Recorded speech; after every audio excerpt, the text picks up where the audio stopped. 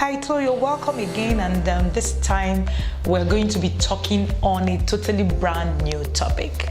So we've talked about the discipline that works, we've talked about the discipline that does not work, we've talked about what you need and require to be that parent whose discipline will not be looked at as being negative. But you know what? Something really interesting came out of all the series, and the questions kept popping and all that. If you've not been catching up on our videos, all those videos are right here on our channel.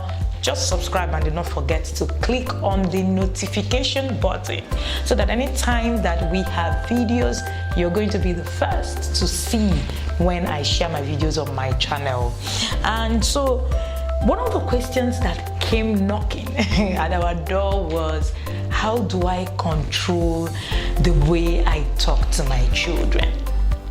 Yelling, is there an effect? Shouting, what should be done? And in a bit to get that, those questions answered, it was quite, very handy, because before, that was last year, I had started a new project called From Yelling to Calm. From Yelling to Calm is the title of my new book, and it's going to be an ebook outright, easy to read, gives you the steps that you need to go from that yelling parent to the calm parent, straightforward, no issues. And we're going to be having that book come out in the public by February, and parents will be able to have access to it. But before then, I'm going to be sharing with you the effects that yelling has on your child, so that you will know that it's actually something that you will need to work on. So people say, but it's just words. When I don't yell, the children don't get to listen to me. Let me say this to you. It's because you programmed your children to actually listen only when you yell. For instance, when you say, oh, this child is actually really, really calm, it means that the child has been programmed. In that way, yes, there are people who are naturally calm, but you're yelling for your children to listen makes them programmed to only listen to people when they shout. There's a study that actually says that shouting increases your dopamine. So it means that it gives you this kind of pleasure. When you shout, it gets out more, excitement for you to actually still shout the more. So the more you shout, the more you get excited. That's what we call the yelling addiction. So some of us are actually addicted to yelling at our children. The question is, what risk does this pose to our children? If you're a parent, sometimes your emotions get the best of you. In the academy, the Intentional Parent Academy, the greatest, in fact, the most popular course that we have is becoming the emotionally intelligent parent. Why? Because a lot of parents say that emotions control is part of their biggest problem. Why? Because we were not taught. We're not taught how to navigate our emotions. And many times it's also because the children whom we are dealing with, we're not teaching them because we can also teach them. So emotions control is one key area for parents. And I say that emotions control is on the basics, the bedrock of parenting. Let me give you a story. There was a time I was called on a school panel of disciplinary panel of a school where I work with a lot of schools, and where the child was supposed to bring the parents in so that we understand why exactly the child has been so aggressive. And in all that, the complaint had come back and forth. He's so aggressive to people, he's so aggressive around him and all that. So we decided to bring in the mom. Before the mom came, I had analyzed the setting for the school. I had said to them that many times children pick their first emotions from the home. This child was about 8.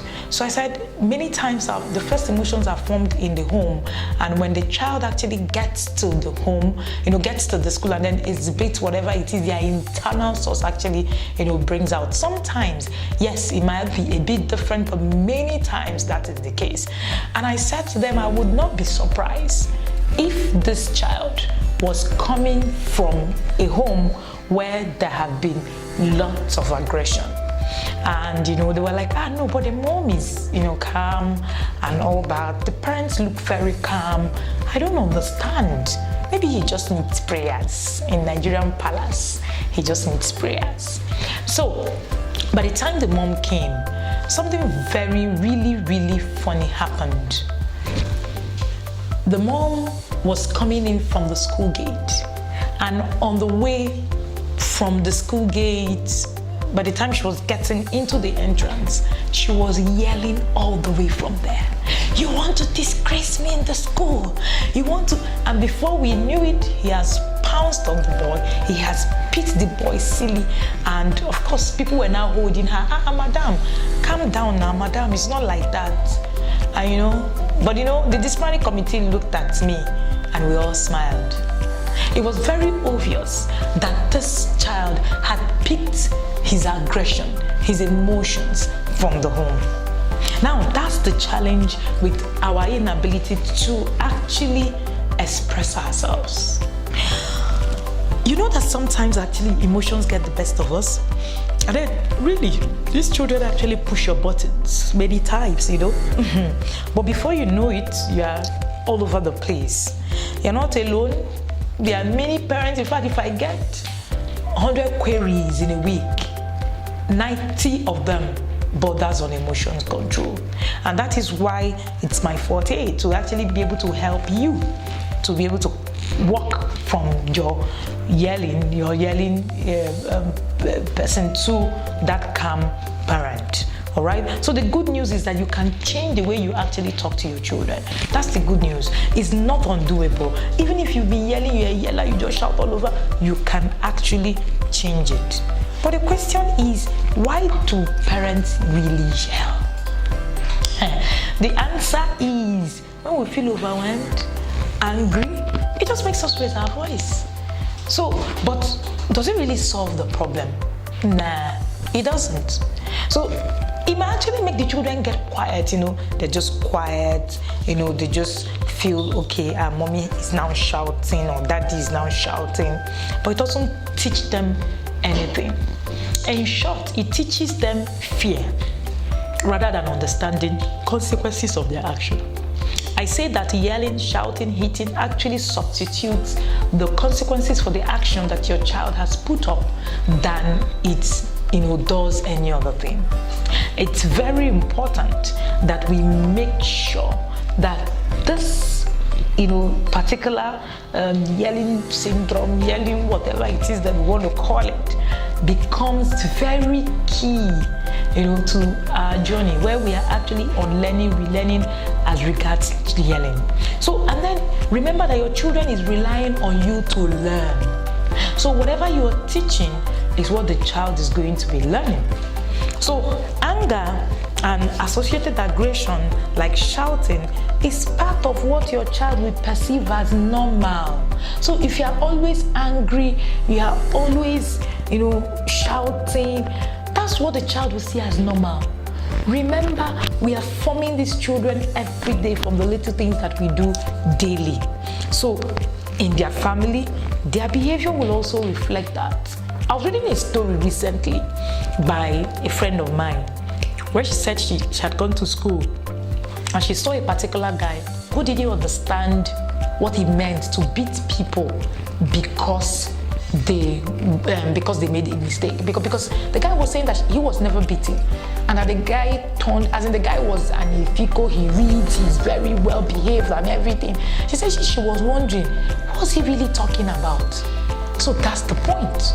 That's what we're talking about, reflecting this behavior. So when the boy heard the stories of other people, it was straight to him, because what is normal in your own place wasn't normal for him. The author of the book, particular parenting book, says that your number one job as a parent is to ensure the safety of your children and to manage your own emotions. So that's your number one job. Managing your own emotions is your number one job for this.